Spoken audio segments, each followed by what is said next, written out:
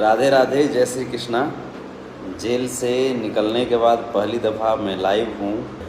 आप सब की आन बान की जब बात आती है तो फिर किसी भी हद तक गुजरने के लिए मैं तैयार रहता हूँ।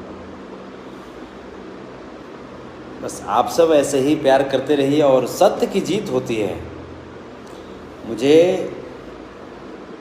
बाबा साहब भीमराव अम्बेडकर की लिखित संविधान और न्यायपालिका पे मुझे भरोसा था कि मुझे तोड़ने की कोशिश की जा रही है, मुझे मनोवैज्ञानिक तरीके से कमज़ोर करने की कोशिश की जा रही है। एक साजिश थी जो मेरे ऊपर रची जा रही थी, जो आप सब खुद समझ रहे हैं सब सारा चीज़।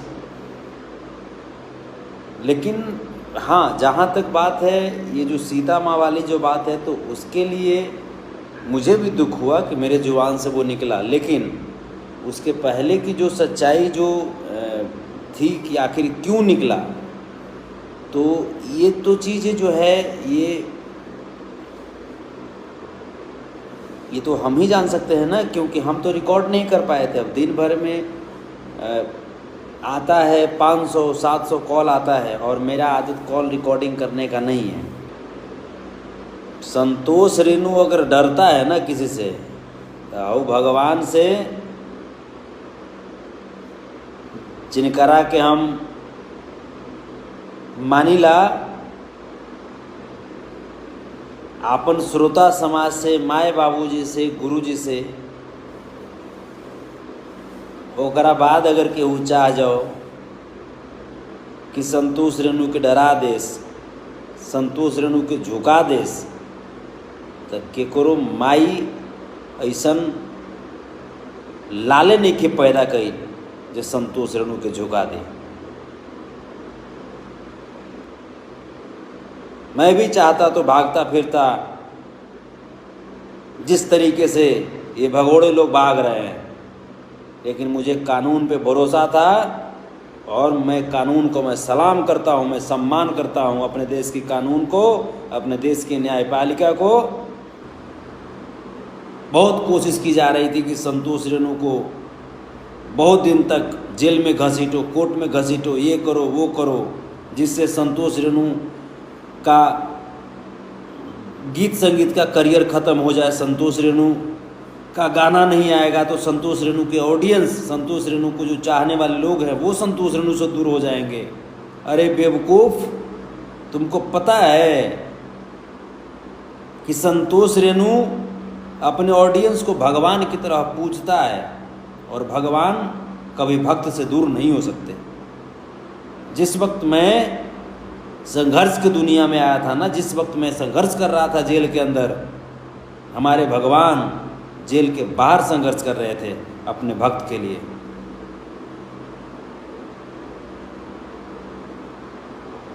और मैंने सिर्फ आप सबके लिए, सिर्फ आप सबके लिए कभी भगोड़ा बनना स्वीकार नहीं किया। मैं चाहता तो मैं भी भाग सकता था, मैं भी भागता, लेकिन उसके बाद क्या होता? उसके बाद कानून परेशान होती, प्रशासन परेशान होते,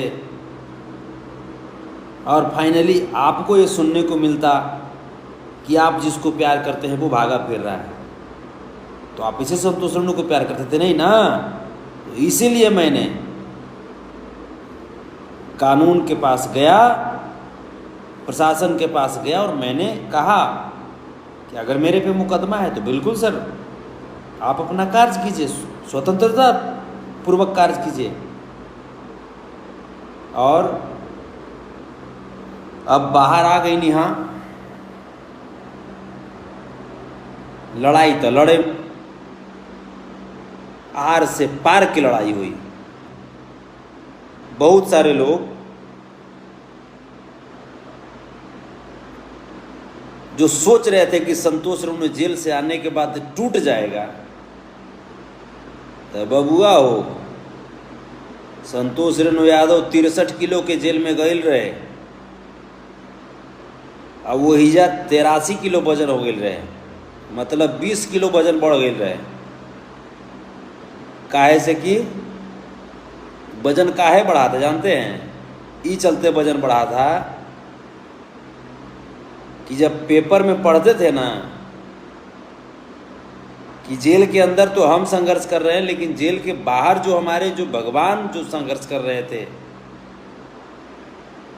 हमारी रिहाई के लिए, रोड जाम कर रहे थे, संघर्ष कर रहे थे, उनका मनोबल देख करके, उनकी ऊर्जा देख करके मेरे अंदर ऊर्जा भर जा रही थी, मेरा सीना चौड़ा हो जा रहा था।